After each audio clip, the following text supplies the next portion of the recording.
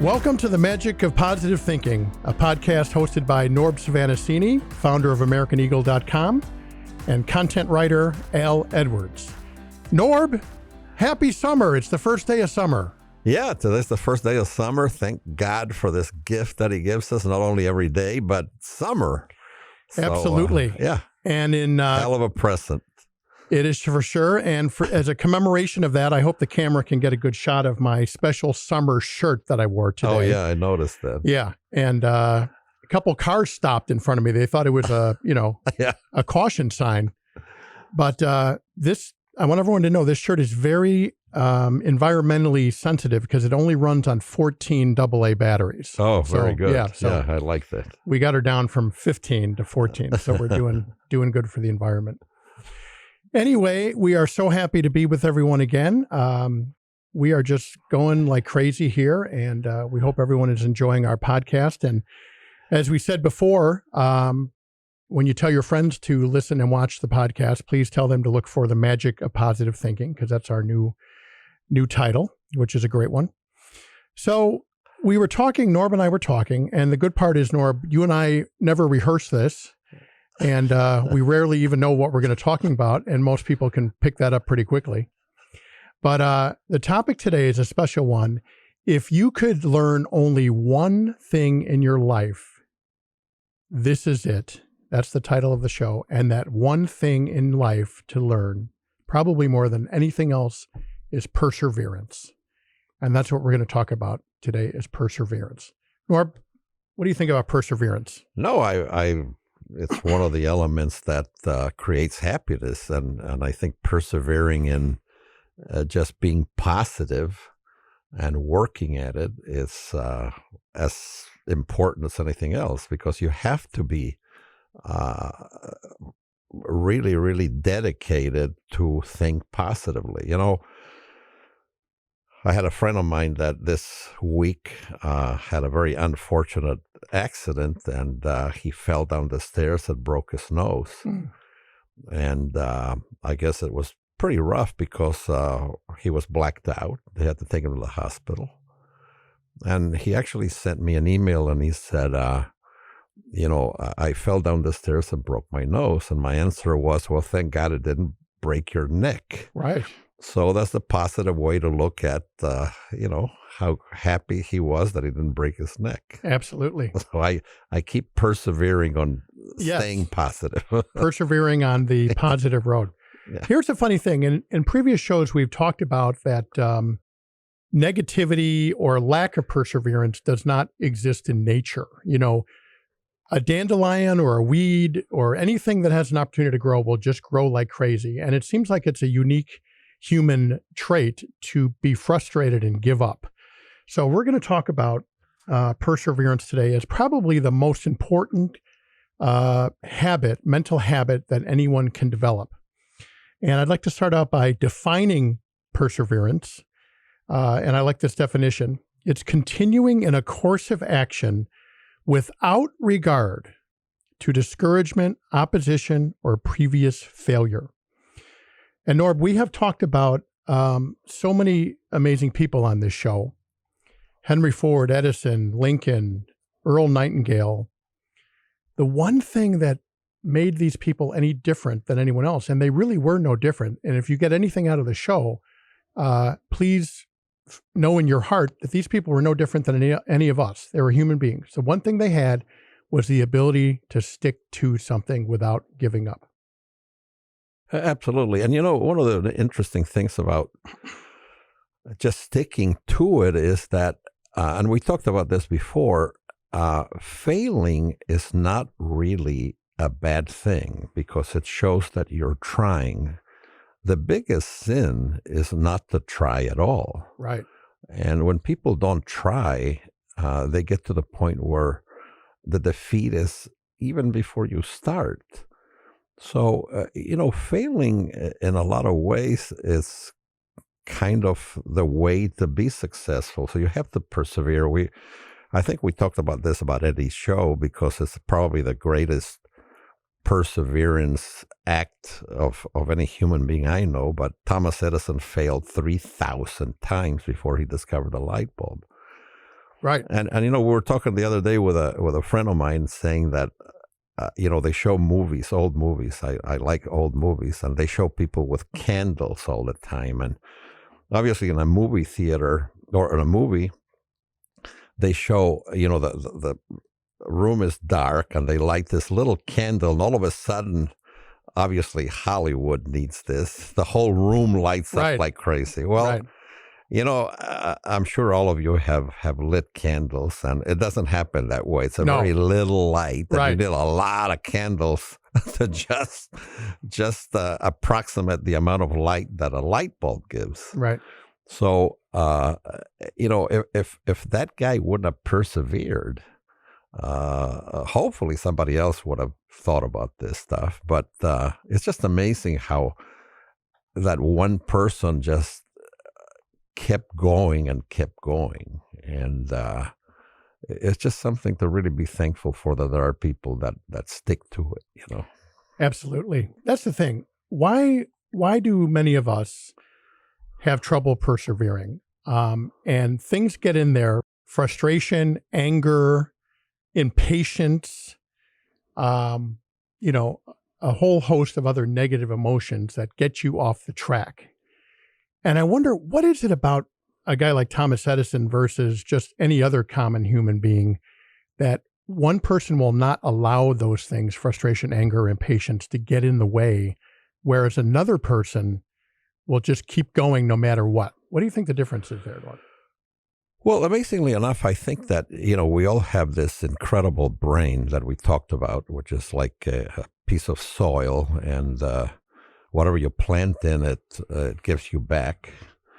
A lot of it, unluckily, is that the family structure doesn't breed an air of optimism. Mm-hmm. And, whenever Thomas Edison is a prime example, because his mother always told him that he was a great person and he was going to be very successful, even when the teachers told the mother that Tommy wasn't going to grow up to be much of anything. Yeah, there was something seriously wrong with him. Yeah, so the mother was programming him to persevere and be successful. And, if anybody can get something out of this show, and I hope they do, tell people, how nice they are, how special they are, We're all special. And again, talking about the miracle, I just read something really, really good by a guy by the name of Earl of Abermale. Okay, he says, the smallest single blade of grass is immensely more complex and flawless than the world's most engineered machine. And yet, when you walk through the field, you do not sidestep to avoid its grandeur, because it's quietly serving its purpose, given to it by its master and creator. You live in a world so saturated by divinity that its harmony can only truly be seen when it's taken away. Wow. And following that line of thinking, we all have this gift in our mind that we can really be a great person and actually do something with our lives. Right. Unless somebody takes it away from us.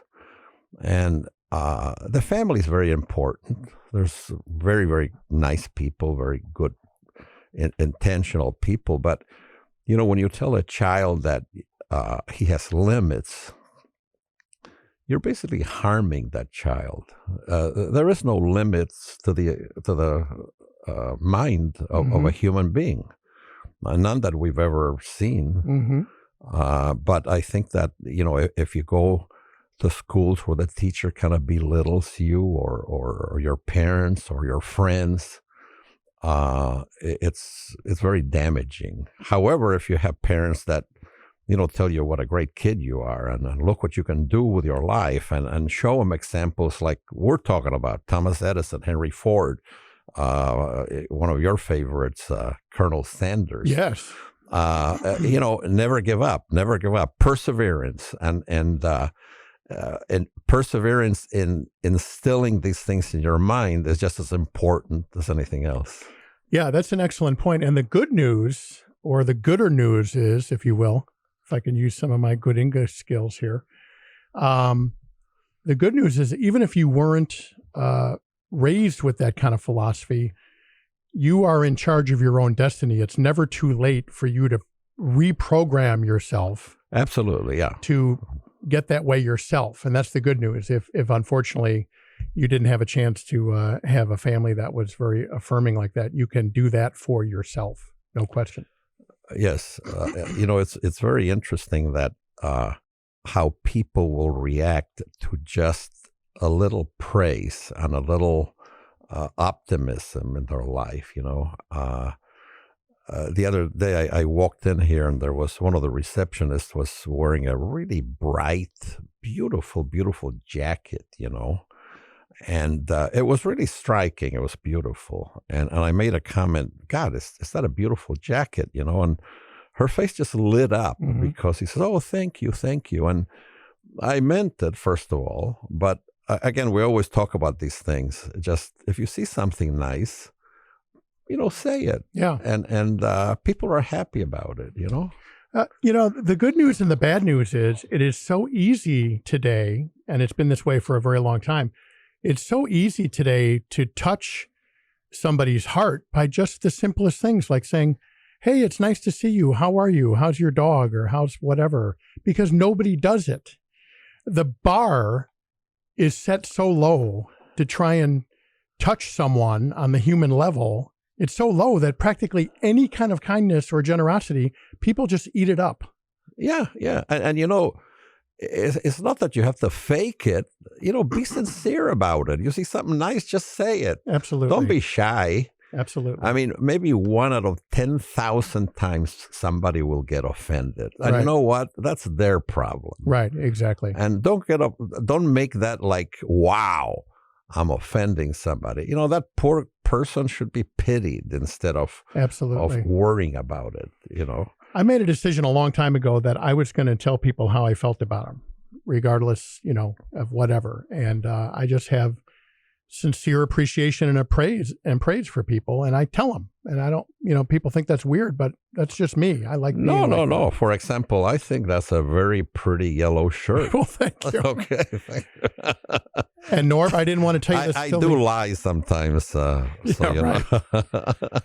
The good thing about Norb is his nose grows when he lies, so we know he's got the Pinocchio syndrome. It goes into the microphone, and it's kind of hard. Right, exactly. Yeah. If you hear Norb's voice getting more and more faint, it's because he's lying to me about my shirt throughout the broadcast. But Norb, I will sell you this shirt for $479 at the end of this podcast. If you'd like to have it, I'll give you a check. So let's talk about goals, because you can't persevere or anything without a goal. And what is a goal? And again, friends, we always talk about this. We're not talking about money. We're not talking about business. We are, but we're also talking about things that have nothing to do with any of those things. We're talking about, a hobby or something that's important to you, or playing a musical instrument, or business, or money, or whatever it happens to be. It doesn't have to be about any one thing. Everyone has to have a goal that they strive for in their lives. And Norb, why do you think human beings need a goal? Well, it's just that idea of when you start taking a trip, hopefully you know where you're going. And going back to our friend Earl Nightingale, a ship without a plan of where it's going to go, right, and without a captain at the helm, it's very rare that it will reach its destination if it gets out of the harbor at all. Right. I think I'm quoting that almost You are verbatim. exactly quoting that. And life is like that. I mean, we don't have to plan everything in our life. Of course, everything, like a ship will run into a storm or something, a machine problem or anything. We have to cope with the things. But, to know where you want to go and how to achieve it, it's all controlled by your mind. Your mind is the only thing that you can control. And we've talked about this before. And, when I mention this to people, it's kind of funny because they really laugh a lot. But, anything about your body. Right. Nothing. Right. Nothing. Right now you have fingers that move and toes that move, and your feet is a complex of bones that, even scientists are admiring. And we don't know how to control anything that's going on. The only thing we can control is our minds. This is the gift that you have. It's a gift. It's magic. It really is. That's why the magic is there. And positive thinking is the thing that makes that magic work. Right. Right. And, it's talking about all this. One of the guys we haven't talked about in this show, and I'm going to introduce this. Al didn't know I was going to introduce this either. Go ahead. Take the wheel. But, we haven't talked about Mark Twain at all. Oh, and we are very, very remiss and regret that. Let's start doing that right away. And I was just looking at quotes of Mark Twain about, if you haven't done this, if you want to really add optimism to your psyche, go to the internet and look at Mark Twain quotes. One of the beautiful things about the internet is that you have all this available. That's another thing, plant things in your mind that will make your life richer. And Mark Twain has some quotes that are just jewels, and I have like 4 or 5 of them that are really funny. One of them is give every day the chance to become the most beautiful day in your life. Wow. Now, that is so simple, and I hate to say cornball, but, we talk about cornball. We love cornball on this show. Yeah. Give every day the chance to become the most beautiful day of your life. Isn't that pretty? To look forward to, tomorrow will be a better day. And going back again to, the movie, Gone with the Wind, that's the last sentence that's said in that movie. And not in that way, but basically that's it. Tomorrow is another day. If you want to change the future, you must change what you're doing in the present. Wow. Now, is that phenomenal? This is Mark Twain. This was written 100 years ago or close to it. I don't exactly. But just think of that. If you want to change the future, you must change what you're doing in the present. So just change it. Just don't do it, I mean, it's ridiculous. And the next one is a real good one. It's better to be an optimist who is sometimes wrong than a pessimist who is always right. Right.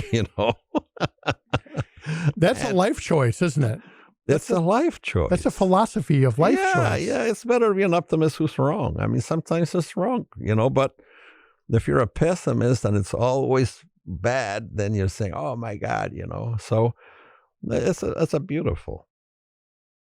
Now, here's another one that is really, really deep. There is no security in life, only opportunities. Wow. Now, these are things that are said, by one of the most, I consider probably one of the greatest philosophers in the world. And he was an American. He's not considered as Socrates or Aristotle or Cicero. But let's face it, this guy had a heck of a philosophy about life, Well, and everything that Mark Twain has said, to me at least, has been much more meaningful and much more applicable to life than anything that Plato and Aristotle or anyone else could have said.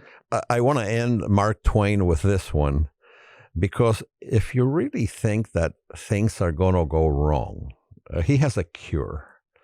He says, eat a live frog the first thing in the morning, and nothing worse will happen to you during the rest of the day.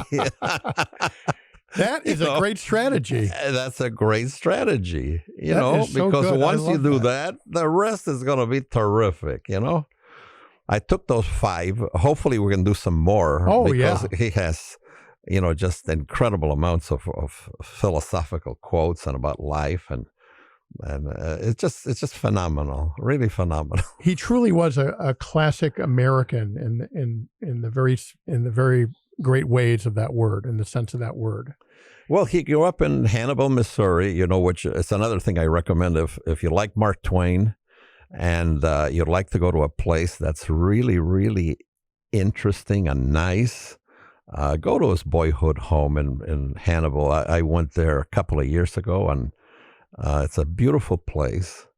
Very, very Mark Twain-ish, and they still haven't stopped, loving that type of culture. And you can visit the caves. People didn't have air conditioning, and Hannibal, Missouri is in a valley close to the Mississippi, so it got very, very hot. And the whole town used to go into these caves to cool off, Oh my gosh. And people wrote things on the cave walls, which is really kind of interesting. That was their air conditioning. Wow. And there are all kinds of stories about Mark Twain when he was a boy, and a very nice place. And if you kind of like that kind of stuff, I recommend. It's a very nice place to go and visit. Yeah, I would love. I've never been there. I would eat that up. I would love to do something like that. So I would definitely do that. Yeah. The other interesting thing about quoting these guys from many, many decades ago is that human nature, the human condition has never changed. Mark Twain lived in the 19th century, in the 1800s, and everything you just said is just as applicable to life today as it was back then. Probably more so. More so today, even? Yeah, because I think at that time there was more optimism in the United States. This was a country that people would come over for opportunity, and they just saw nothing but beauty and the ability to really exercise their brain. And most of us came from areas that were very oppressive compared to the freedom we had in this country.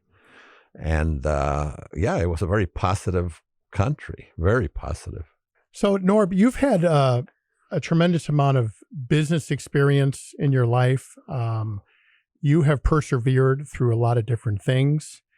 If you look at your own life, for example, Norb used to specialize in buying businesses that were not doing well and really turning them around and getting them going again, kind of like a restoration specialist for business.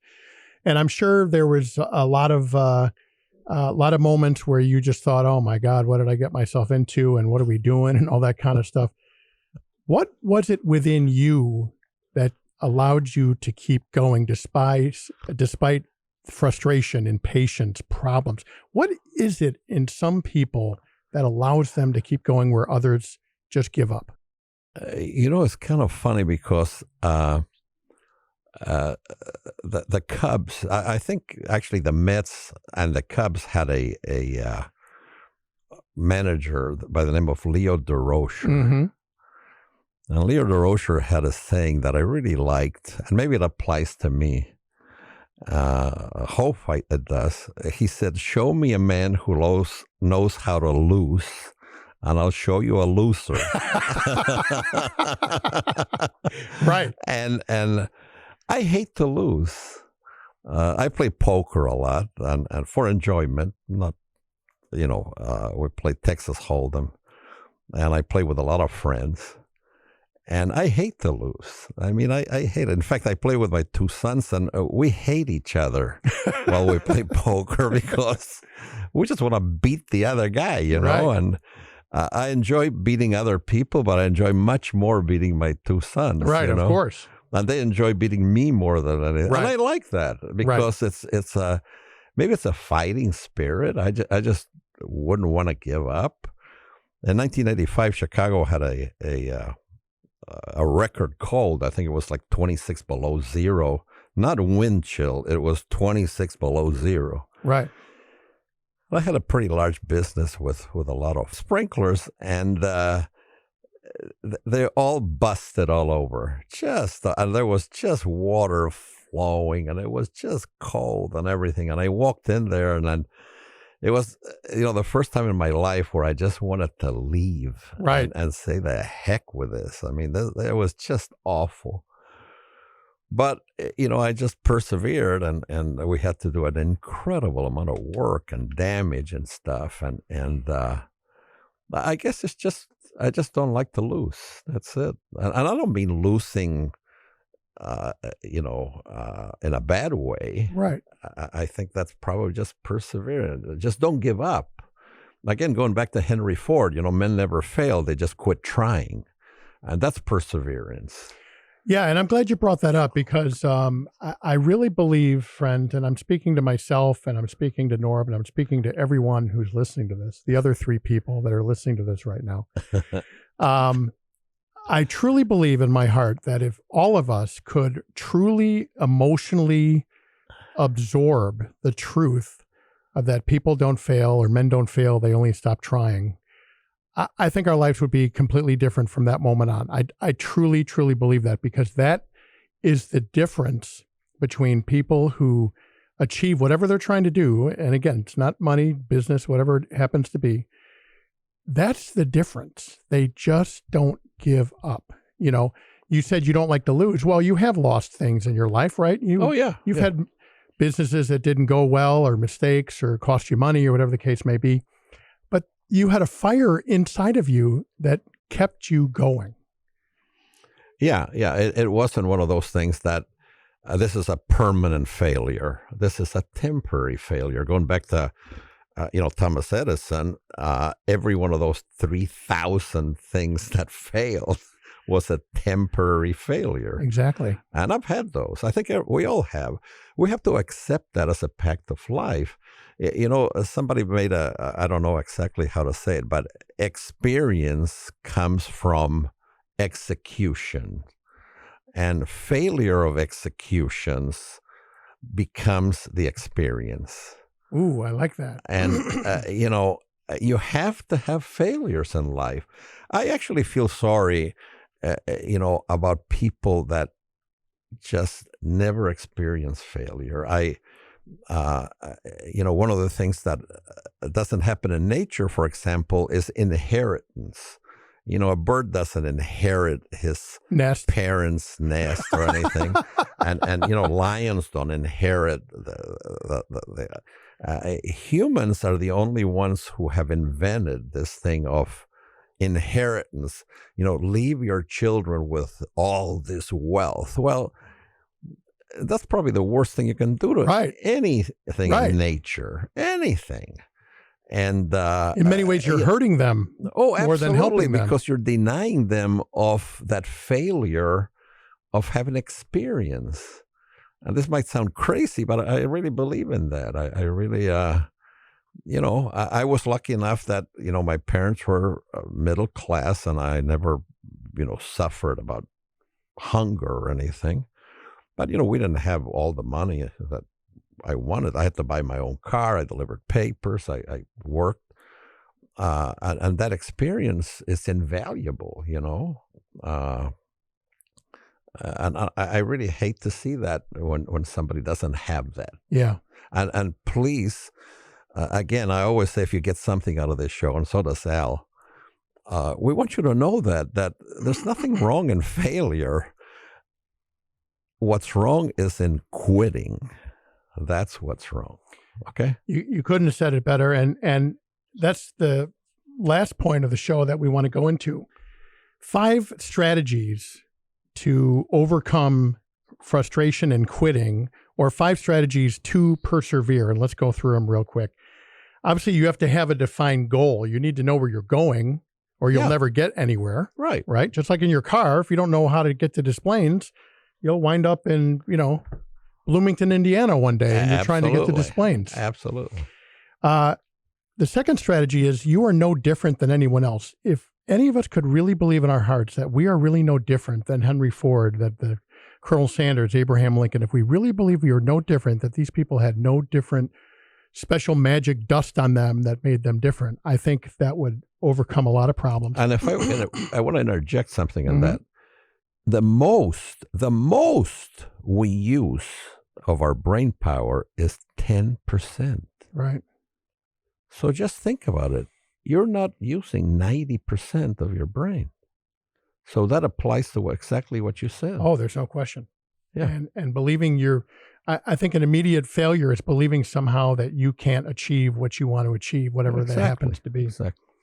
Another strategy I heard about was break your goals into small victories so you can feel good about the progression that you're making. Instead of making a goal 10 miles down the road, make a goal a half a mile and achieve that, and then move it from there. And then this is probably the most important one.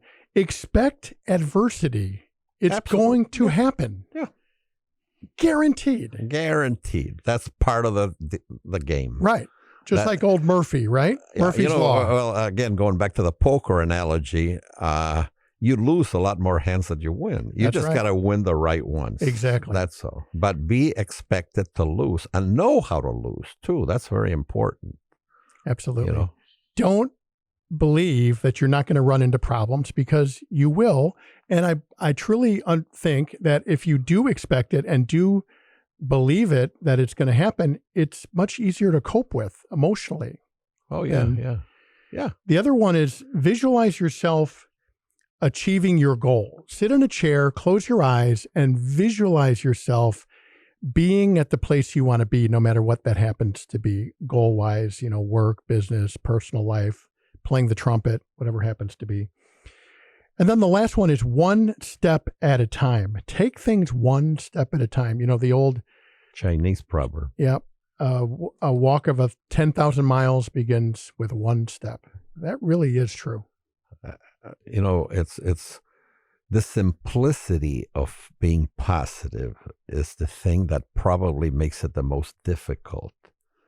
It isn't hard, It isn't hard to just think in that manner. Yeah, how do I get there? Well, I got to take the first step. And, we all have this. Sometimes we're sitting and we don't want to get going. Right. I mean, I do it. You do it. Everybody does. But once you start doing it, finally it gets done. And, momentum is a powerful thing. The what? Momentum. Oh, yeah. Once you get going. Get going. Yeah. That's probably just as important as anything else. Absolutely. Did you have one last thing, Norb, you wanted to talk about? Yeah, I actually saw something that really impressed me, and it's kind of interesting. A group of students were asked to list what they thought were the present 7 wonders of the world.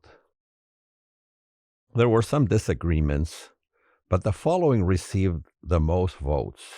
One little girl hesitated and read, I think the 7 wonders of the world are to see, to hear, to smell, to touch, to taste, to feel, and to love. If you do that, man, you are one positive human being. Wow, that's beautiful. Yeah. That is beautiful. Thank you for that. You always come up with these very great gems for us to I hope so. chew on and think about. Yeah, because we don't realize that just to be able to see, it's incredible. And to hear, to smell, to touch, Absolutely. I mean, it's really interesting. Absolutely. Yeah. Well, friends, I don't know what happens at the time. It just goes by way too fast. For us, at least, probably for the listener, it probably looks like they just watched, a 3-hour documentary. But, I guess if we could wrap it all up and just say, you are no different. I am no different. Norb is no different than any other human being who has achieved something. The only difference is that people who have achieved things did not give up. And if somehow inside of us, if we could find that motivation, that fire to not give up no matter what, and expect things to go wrong and still push through, I think that's going to be life-changing. Yeah, it's funny what you just said. And again, Al and I never practiced this. Which is very clear. Yeah. You are going to achieve something. There's no way you are not going to achieve. The problem is you might achieve a miserable life. Right. And that's what we're trying not to do. Because I guarantee you are going to achieve something, okay? Right. So it might as well be positive because, like Al likes to say, and I think I said it too, what's the alternative? I was just going to end the show with that. That's our new ending every time. Norb said this. You're right. We are going to achieve something, and it's up to us to decide what that's going to be. Exactly. And Norb said on a show, a couple shows ago, he said, you could either be positive or what is the result? being miserable. That's the result. Yeah. So you might as well be positive. And it goes back to Mark Twain saying, I would rather be a optimistic guy and wrong than a pessimist, negative person and be right 100% of the time. Exactly. And I'm going to choose the first one. So, yeah. Norb, thank you for another wonderful show. Yeah. And friends, we hope you enjoyed this podcast, and we will see you next time. Thank you very much. God bless. Bye-bye.